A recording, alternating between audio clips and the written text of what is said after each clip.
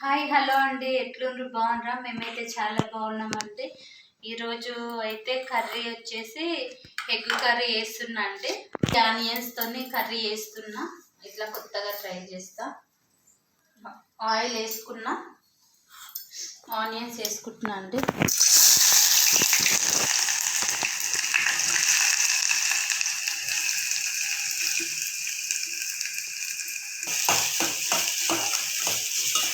టమాటాలు లేకుండా ఓన్లీ ఆనియన్స్తోనే వేస్తున్నా అండి నేనైతే.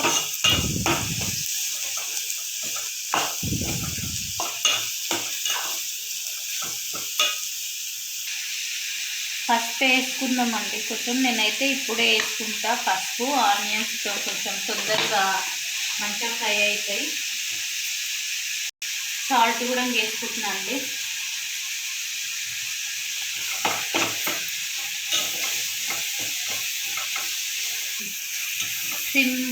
సింపుల్గా అండి, ఎక్కువ ఏం కష్టం లేకుండా సింపుల్గా ఇట్లా ఆనియన్స్ ఫ్రై చేసి దాంట్లో కొంచెం కారం వేసి, కొంచెం ధనియాలు, అల్లం వెల్లిపాయ పేస్ట్ వేసి సింపుల్గా అప్పటికప్పుడు మనం చేసుకోవాలన్నప్పుడు ఇట్లా వేసుకుంటే తొందరగా కర్రీ అయిపోతుంది, తొందరగా వంట కూడా అయిపోతుందండి.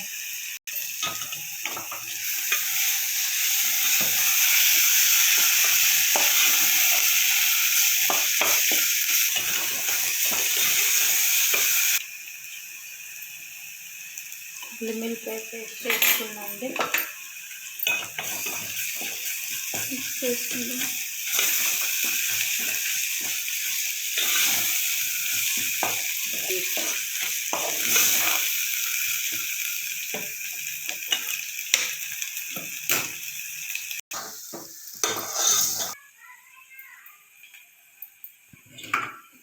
నేనైతే దీనికి ఇట్లా ఎగ్స్ చిన్నగానే కట్ చేసుకోవాలండి. అందుకే నేనైతే ఇట్లా కట్ చేసి పెట్టుకున్నా. 2 స్పూన్స్ కారం పొడి వేసుకుంటా. కొంచెం ధనియాల పొడి అండి, 1 స్పూన్. 1/2 స్పూన్ గరం మసాలా. కొబ్బరి పొడి అండి కొంచెం.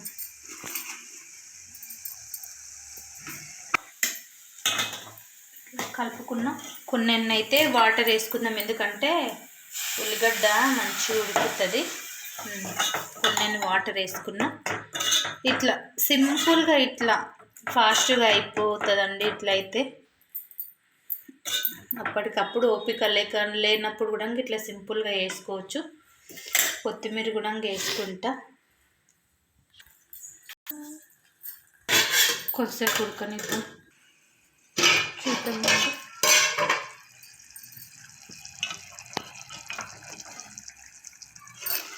మంచి ఉడికింది. వేసుకుందామండి.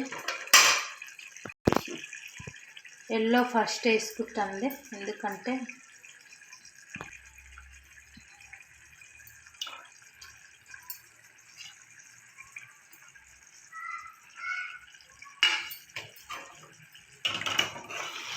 మెల్లగా కలుపుకుందాం. ఎందుకంటే ఎల్లో వేసినా కదా అది మొత్తం చినిగిపోకుండా ఇట్లా. అంతే అండి, సింపుల్, ఫాస్ట్గా అయిపోతుంది, ఈజీ కూడా బాగుంటుంది. ట్రై చేయండి. కొంచెం సేపు ఉడకనిద్దాం.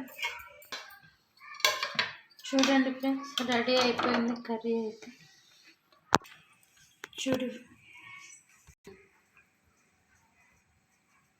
చూడండి కర్రీ అయితే రెడీ అయిపోయింది.